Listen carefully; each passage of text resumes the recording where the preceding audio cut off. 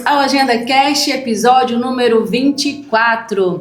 Estamos aqui hoje para um tema super importante e relevante para os RPPS, que é a aposentadoria compulsória. O tema de hoje é aposentadoria compulsória, o fim de um ciclo.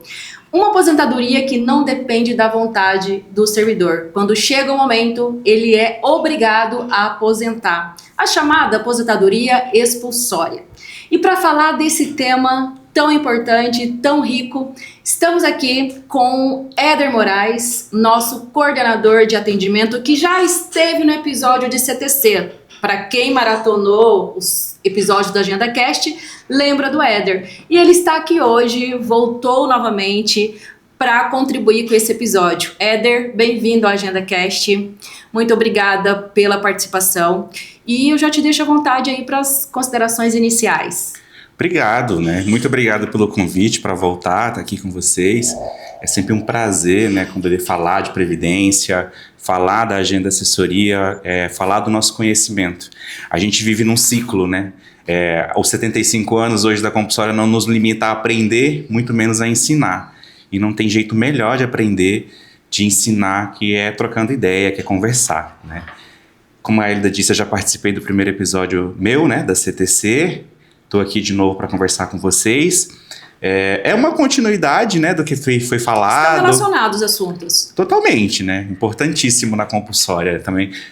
A pessoa, quando ela leva uma CTC, é o fim de uma era em um regime, início em outro, né? E aqui é a culminância desses dois mundos, né? É o final da vida laborativa do servidor público no cargo efetivo dele. Para nós iniciarmos esse bate-papo, Éder, fala para nós o que é exatamente a aposentadoria compulsória do servidor público. É uma espécie de alarme que toca e o servidor precisa de um despertar para encerrar um ciclo e iniciar outro como aposentado. Qual é a regra dessa aposentadoria que de fato expulsa o servidor do serviço público, mesmo contra a sua vontade? De fato, é interessante a analogia com o alarme que toca, né? A única diferença é que quando esse alarme toca não tem soneca. Não tem como você programar por mais um tempo. Não. De fato, ela expulsa, né? Ela faz com que o servidor encerre o seu ciclo, né, a sua vida laborativa, enquanto servidor público. Tá? Nada impede que ele venha a assumir uma posição, um cargo em comissão, em uma prefeitura, em um governo, ou que ele vá trabalhar na iniciativa privada. É interessante isso da aposentadoria compulsória, porque ela vem se moldando com o princípio da renovação do quadro, né? Ela tem esse instituto da renovação do quadro de servidores públicos, né? De talvez uma potencial limitação que esse servidor venha a ter no desenvolvimento das suas atividades, e por conta disso o legislador hoje, né, desde 2015, aplicou-se essa compulsória aos 75 anos. O servidor não tem opção, ele vai ser desligado aos 75 anos. Mas é muito interessante que a gente tenha essa analogia do servidor público, porque muitas pessoas ainda possuem a concepção, por exemplo, Banco do Brasil, Correios, né, que são empresas públicas, a própria Petrobras, que é a economia mista ali e tal, de que o servidor também ali, né, talvez por ele não estar ligado a um regime próprio, não se aposentaria aos 75 anos. Existe uma movimentação para que isso caia, né, porque eles estão ligados ao regime geral, e isso não faria sentido nenhum. Mas hoje ainda, mesmo empregados públicos estão limitados à regra da aposentadoria compulsória aos 75 anos. Apesar de ser expulsória, não é uma punição. De fato. Uma forma de organizar a carreira também. E querendo ou não, chega uma certa idade que as pessoas diminuem a capacidade laborativa. É inevitável. E a pessoa também precisa de uma qualidade de vida, um descanso. Então a compulsória, na minha concepção, acho que o legislador pensou muito nisso. Numa idade limite, para que a pessoa de fato tenha aí um descanso após ter contribuído com o serviço público. Exato. Com a empresa, enfim. Existe um caráter punitivo para quem assim encara, né? Estou trabalhando, gostaria de ficar mais, mas não posso. Para quem se sente a todo vigor ainda, Exato. Muito a contribuir, né, ativo totalmente, vem aquela obrigação e fala, não vou poder mais. Ela entra com um caráter punitivo. Mas a principal situação da compulsória é, de fato, a reorganização do quadro de servidores públicos, né? A questão da capacidade laborativa, ela é relativa. Total, né? porque cada um tem um organismo diferente, Exato. As pessoas não são iguais. Até próprio dentro da carreira do serviço público vai ser relativo. Eu não posso comparar uma pessoa, um juiz, por exemplo, né, com alguém que trabalha como um motorista, como um operador de máquinas, né? Eu não posso comparar um professor com um policial militar. São carreiras distintas que exigem Totalmente. esforços físicos distintos, esforços psicológicos distintos. Só que a gente tem também o princípio da isonomia, né? Eu não posso tratar diferente os servidores. Evidentemente, existem exceções vinculadas a carreiras, mas via de regra, o serviço público é regulado por norma constitucional, a compulsória está lá no artigo 40, né, como todas as outras, e ela traz o princípio da reorganização do quadro e, de fato, essa questão da qualidade de vida do servidor.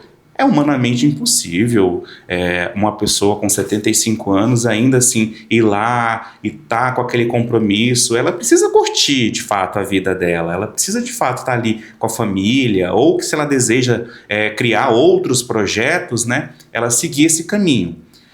Óbvio que há um declínio de renda, isso é incontestável, né? Mas existe a norma constitucional, é regra, a Constituição já trazia isso e isso foi evoluindo. Exatamente por isso que acredito eu que a pessoa se sente um caráter punitivo. Redução da renda.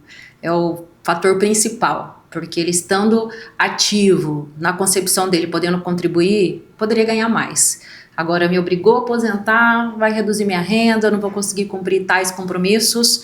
E aí é que entra agora, nessa segunda pergunta para você, conectando as pontas, digamos assim. Antes era 70 anos. Certo. A compulsória.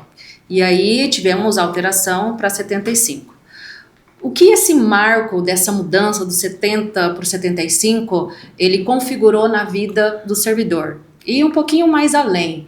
Ele simplesmente, quando chega à idade limite, ele é desligado ou precisa de um processo formal? Como que isso funciona? Para ficar claro aqui para os nossos ouvintes. É importante dizer, assim, que essa questão dos 70 anos também ela foi relativa por muito tempo.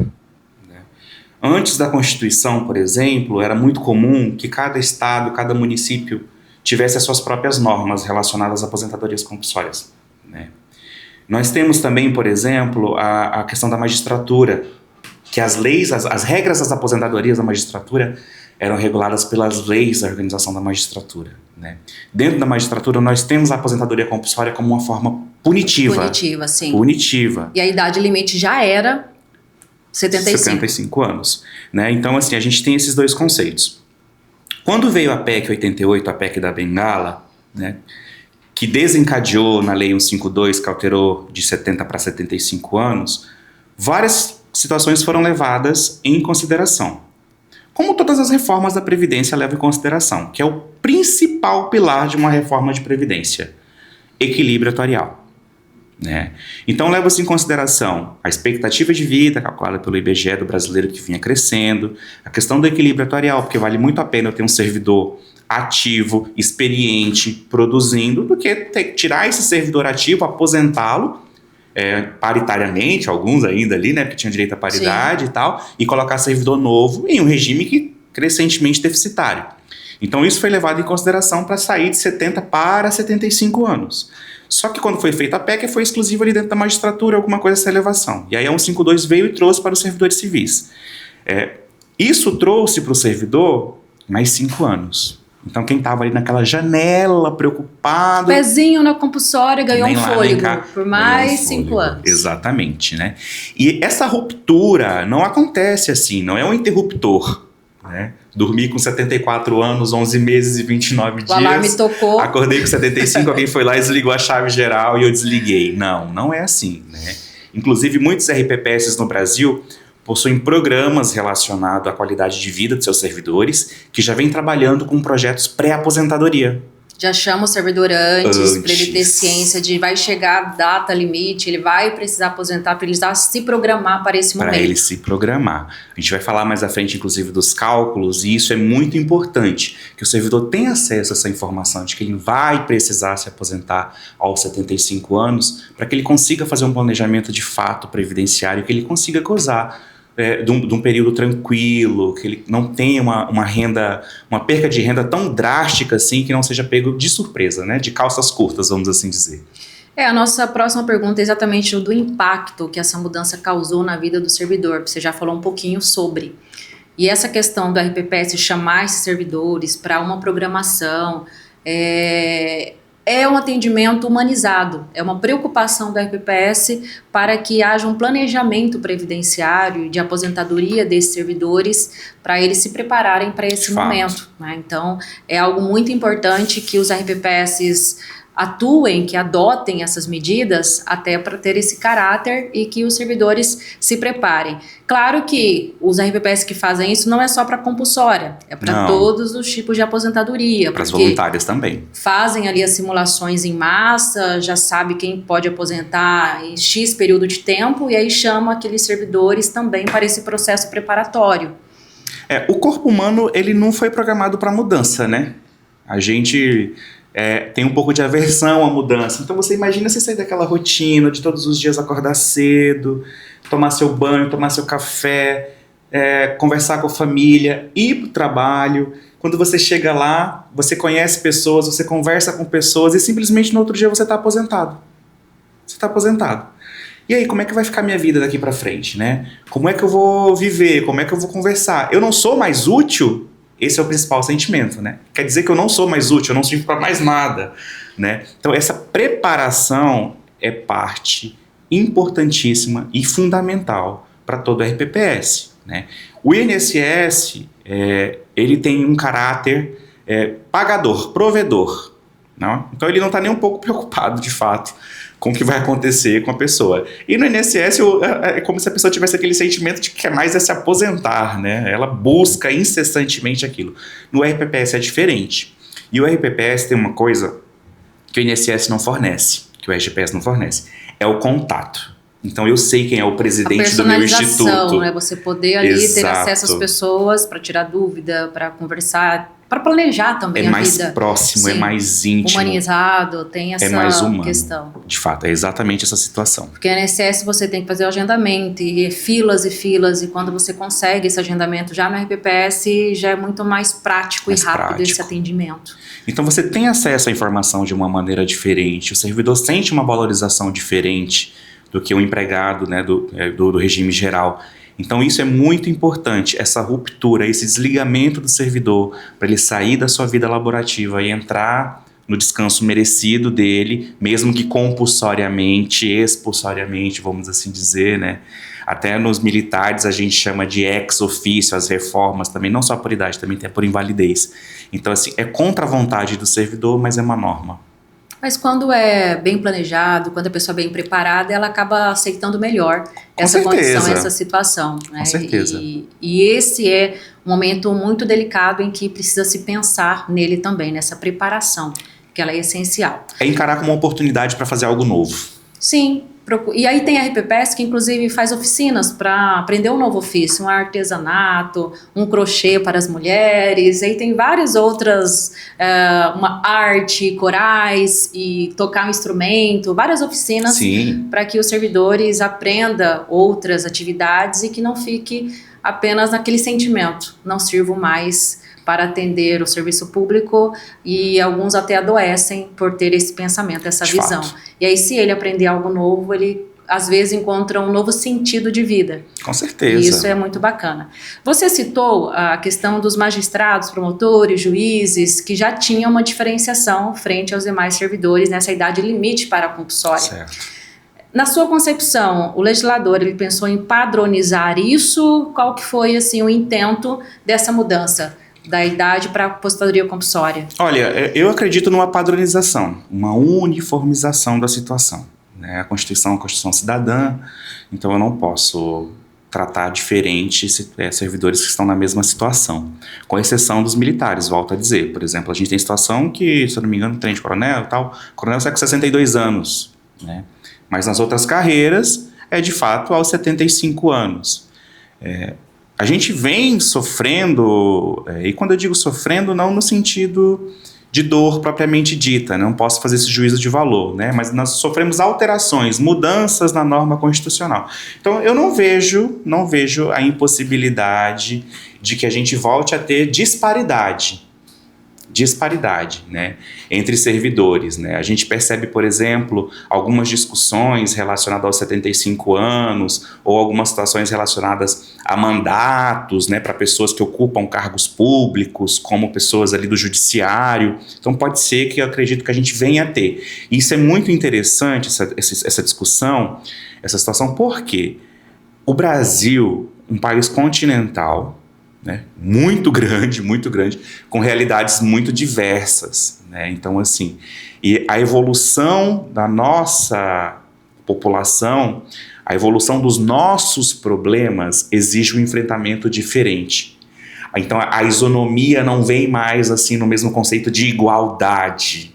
Né, mas é aquela questão, né? Os tratamentos iguais na medida da sua igualdade, Exato. desiguais na medida da sua desigualdade, Exato. porque os cargos, as funções, elas diferem muito. E aí é onde requer as diferenciações. Eu acho até louvável as questões de você diferenciar dentro do viável ali, dentro do que é cabível e do que de fato as pessoas entendem à medida das diferenciações. Sim. Porque a gente coloca, né, as aposentadorias especiais, que são os expositores nocivos, atividade de risco, os portadores de eficiência, querendo ou não, eles estão ali submetidos a agentes químicos, físicos, biológicos e tal, que prejudicam a saúde. E que de fato não tem como obrigar essa e pessoa a ficar até 75 anos. E aí eu vou tratar essas pessoas iguais a um juiz, a um promotor, que trabalha às vezes em condições muito melhores, não tem como ser igual nesse aspecto. Aí as diferenciações, elas se justificam e são plausíveis. Com certeza. E é interessante, assim, a mesma coisa é um professor. O professor, ele pode ficar até os 75 anos, né? Mas existe o redutor de idade de tempo de contribuição para ele, dada a condição exclusiva de magistério, né? Que entra também todos os desgastes, todas as situações ali que afetam também a saúde. Existe o grupo de segurança, existe o próprio grupo de saúde, que a maioria dos concursos ali são de 30 horas, por exemplo, e carreiras gerais são de 40, 44 horas, né? Então, é preciso tratar de maneira diferente os diferentes. Uma idade limite, Éder, você é contra? Não é ser contra ou a favor, porque existem situações boas e ruins em todas as conjecturas, né? Nós temos casos, por exemplo, não de cliente necessariamente nosso aqui da agenda, de servidores, né, que não tem tempo de contribuição suficiente para se aposentar, ou tem tempo de contribuição suficiente para se aposentar, só que sabe que se aposentar vai perder determinada gratificação, vai reduzir o valor do seu provento, e por isso ele não quer se aposentar. Não, tem vários clientes que relatam situações de que o servidor passou pela perícia, inclusive, não conseguiu ali de forma administrativa um laudo para aposentar, entrou judicialmente ela conseguiu, aí na hora que descobre o valor do provento, ela quer voltar ao tempo. Quer voltar.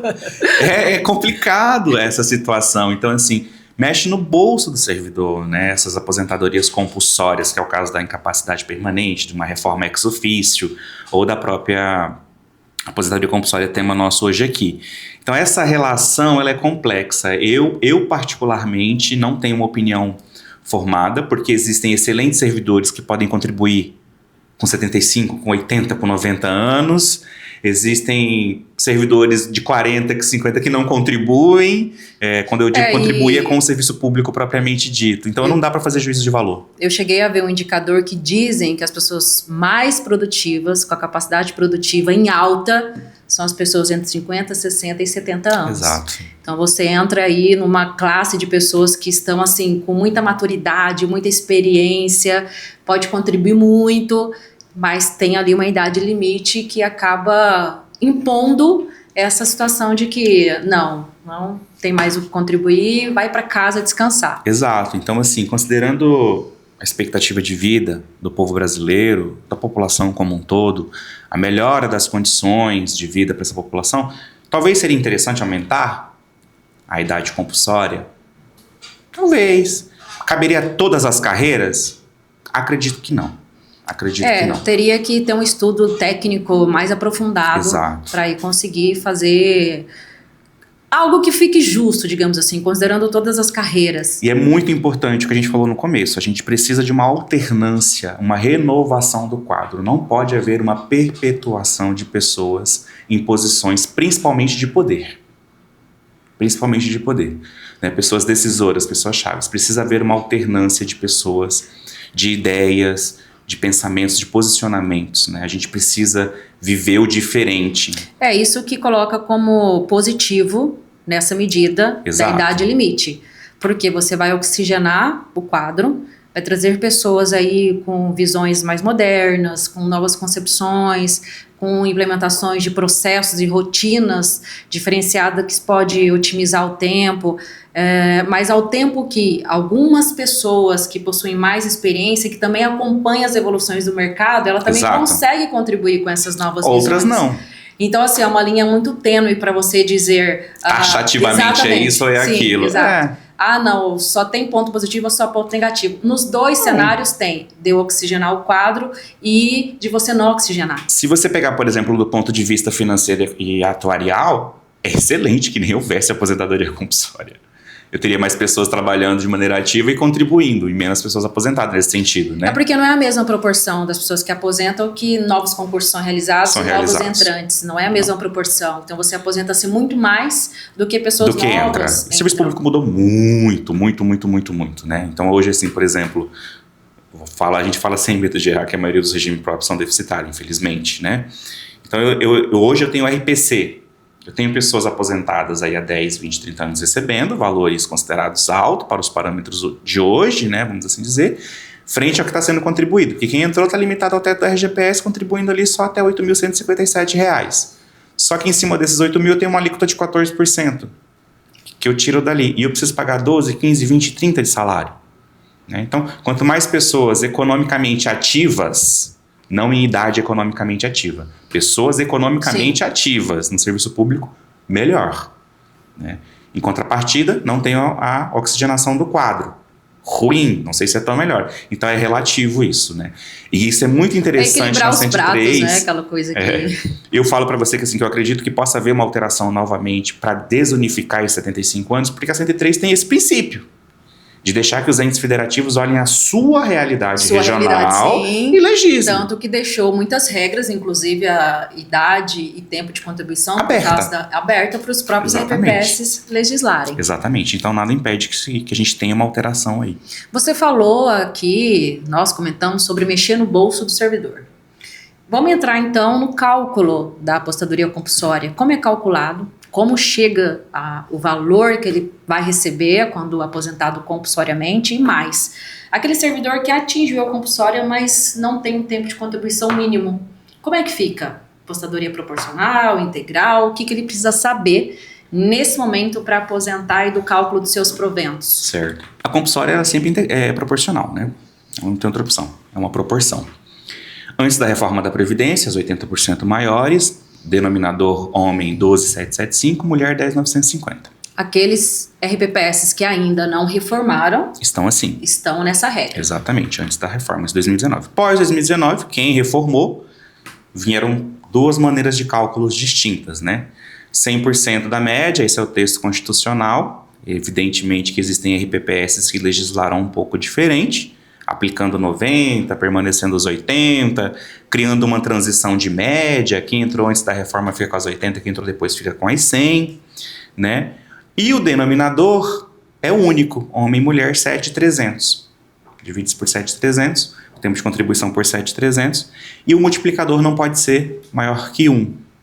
Então, assim, há uma queda drástica. Significativa. Quando a gente olha a aposentadoria por idade e tempo de contribuição, normalmente eu tenho lá 60% com 20 anos, 2 ao que excede. Essa é a norma da 103, né? Como eu disse, estados e municípios legislaram.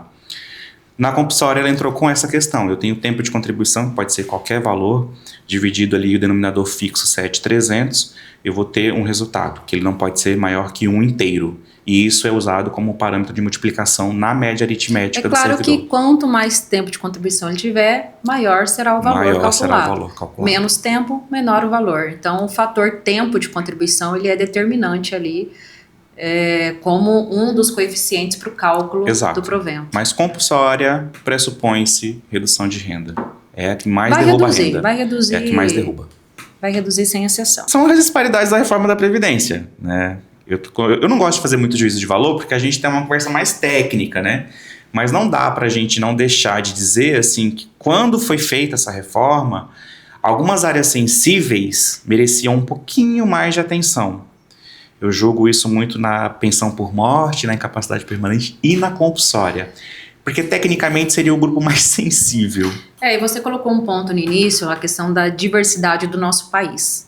Para se fazer uma reforma nessa magnitude em que abrange todos os brasileiros, eu falo todos porque entra a União, entra os RPPS, entra o geral.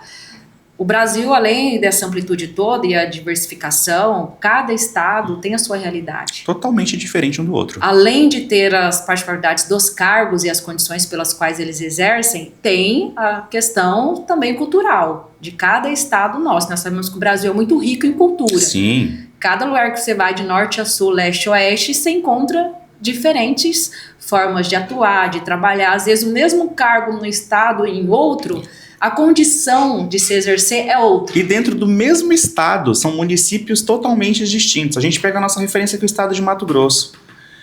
Saiu uma pesquisa recentemente que se Cuiabá mantiver o mesmo índice de industrialização dos últimos 15 anos, até 2032 nós seremos a 4ª maior cidade do estado em PIB. Seremos ultrapassados por Sinop, por Rondonópolis. Olha só. Entendeu? Então é interessantíssimo. Dentro do próprio estado, nossa capital, se mantivermos o mesmo nível de industrialização. Então, assim, você pode perceber que o serviço público lá tende a pagar mais do que o serviço público aqui. Sim. E aí aquelas pessoas preferem fazer um concurso para lá. A qualidade de vida lá tem de ser melhor do que a qualidade de vida aqui. Então isso é muito interessante nesse quesito de se fazer uma reforma dessa amplitude, dessa magnitude, que para mim é um pouco incongruente, né? Ela prega uma situação, mas eu não vejo muito bem isso ser de fato efetivado. E ao mesmo tempo e aí, por outro lado, pela urgência de resolver um problema iminente. Atuarial. Exato. E aí a questão de ser mais ágil e considerar de forma macro, digamos assim, para poder fazer uma reforma na magnitude que foi. De fato. Então, tem esses pontos aí que também tem que ser considerados, tem que ser colocados na mesa, né? Enfim. Mas são situações que elas, infelizmente, aconteceram e podem continuar acontecendo. E vão acontecer. Ou pode ter uma melhora, porque, digamos, não esperar chegar num ponto já limite. De colapso de sistema para se forçar algo. Não esperar o caos, mas agir de forma preventiva. Por que não começar já a avaliar e verificar? Fizemos a reforma da 103, como é que os RPPS estão hoje com a reforma? Melhorou? Não melhorou? O que nós precisamos ainda atuar para chegar no ponto de equilíbrio, o equilíbrio financeiro atual? Vai precisar de uma nova reforma? Já começaram os estudos de plano. De fato, isso a gente não vê. Porque se esperar o caos, vai ser o mesmo modus operandi, na urgência. E na urgência não se considera os pontos que precisam ser colocados na mesa. É um problema porque, assim, se deixa muito aberto, né? Tira tudo da norma constitucional, abre-se muito, a gente também percebe que não tem uma experiência muito positiva, né? Alguns estados e municípios acabaram, infelizmente, se complicando no momento de fazer suas leis. Se deixa fechado, também não é bacana, porque não respeita a regionalização. E a realidade é que quando a gente olha para a aposentadoria compulsória especificamente, dentro da contribuição a gente deve ter um planejamento maior. Dentro da compulsória não, ela acontece. É à beira do colapso, ela acontece. Sim. Isso vai muito de encontro com uma característica do povo brasileiro, que não foi preparado, não foi ensinado para construir reservas. Né? Nós somos um povo que vive no limite, independente do motivo. A gestão financeira deveria ter na escola. Exato. Porque as pessoas já viriam se preparando a vida toda. Exatamente. Desde o primeiro emprego já teria essa visão e já vinha com essa questão financeira bem resolvida. E o ecossistema previdência, vamos assim dizer, que nós vivemos e que é vivo e que se multiplica e que é uma metamorfose ambulante ao tempo inteiro mudando, vem muito disso, né? O servidor, hoje, ele é obrigado, de fato, quando ele toma posse ou a qualquer tempo da sua vida, falar, preciso me atentar porque o relógio está passando, o alarme vai tocar. Vai tocar e não vai ter para onde fugir. Não. Vai ser aposentado compulsoriamente. É isso aí. Caminhando para o fim do nosso bate-papo de hoje, o que é importante o servidor observar nesse momento da compulsória, a nível de transição, a nível de procedimentos, de preparação, no momento que ele estará aposentado compulsoriamente? Essa questão da compulsória, a expulsória, né, vamos assim dizer, é óbvio que ela vai seguir um procedimento e um processo explícito nas normativas do RPPS, né? Mas é muito importante que o servidor se prepare, né? Se ele tem CTC para retirar de qualquer outro RPPS ou do RGPS, que ele vá atrás dessa CTC, que vai ser importante para aumentar a sua média. Extremamente importante, que nós falamos. O tempo de contribuição é um coeficiente importante. É importante, né? Se ele tem alguma vantagem, algo que ele recebeu, algum retroativo que está pendente, que precisa regularizar, isso é importante, porque aumenta o salário de contribuição do servidor. Talvez, se ele tiver um tempinho ali a mais, ele consiga até sair por uma regra mais interessante que não sofra essa redução dos 7.300, né? Vá para uma proporcionalidade com pelo menos 60%. Tem aquela questão também, né? O RPPS, no momento de aposentar o servidor compulsoriamente, ele simula para ver se ele já não tinha direito a outras regras. E se ele já tiver ali com as averbações em dia, com as informações todas atualizadas, o RPPS vai ter condições de chamá-lo e falar, você tem condições de aposentar aqui por essa regra que é mais idade benéfica. De contribuição. Né, com 60%, 62% do seu benefício. Isso é interessantíssimo, né? Então, o que fica mesmo de recado para o servidor que está nessa situação é fazer esse trabalho, e para o RPPS é que faça um planejamento. Né? Inclusive, quem usa esse Prévio Web, todo mês quando loga, fica lá. Todos os servidorzinhos que vão atingir a idade compulsória. É pegar essa relação, é procurar a secretaria do órgão de origem lá e dizer, olha, chama esses servidores, vamos conversar, vamos fazer a vida funcional deles. Para dar certo, tá? Exato. Um software, ele auxilia nesse aspecto, para você ter ali mapeado todos que estão ali nessa idade limite. E poder fazer uma gestão humanizada, como nós mencionamos, de chamar os servidores e fazer esse trabalho que nós mencionamos. É um grupo vulnerável, precisa ser humano. Tem que ter o cuidado. De fato. As pessoas dizem que é a melhor idade quando chega nessa fase. Depende da forma que a gente chega lá. Mas tem de tudo para ser. Depende. Mas hoje nós podemos observar muitas pessoas que estão chegando mesmo muito bem. Olha o Walter aí. E isso é muito bom, nosso aposentado motivado.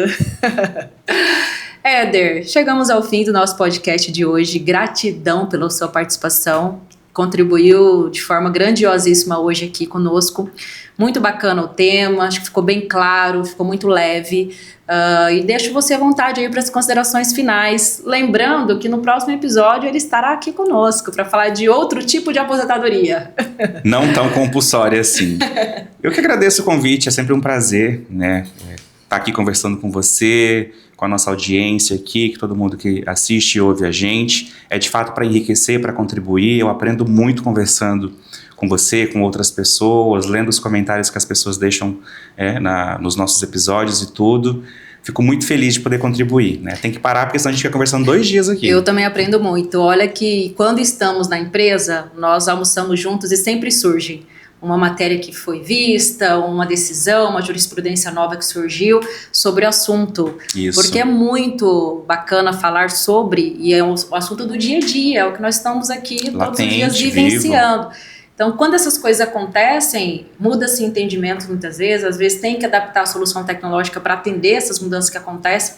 Então, é muito importante o bate-papo sempre, a conversa. E às vezes a necessidade de vamos chamar todos os consultores aqui para debater também, passar a ideia e tal, isso é importante. É isso aí.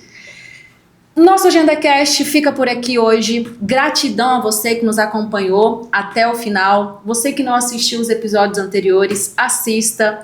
E esse episódio que ficou muito bom de aposentadoria compulsória. O próximo será outro tipo de aposentadoria, tempo de contribuição. Continue conosco. Se tiver qualquer dúvida, sugestão, reclamação, mande para nós nos nossos canais. Siga-nos no YouTube, Instagram, Spotify. Para nós é uma satisfação conectar com vocês. Muito obrigada e até o próximo episódio.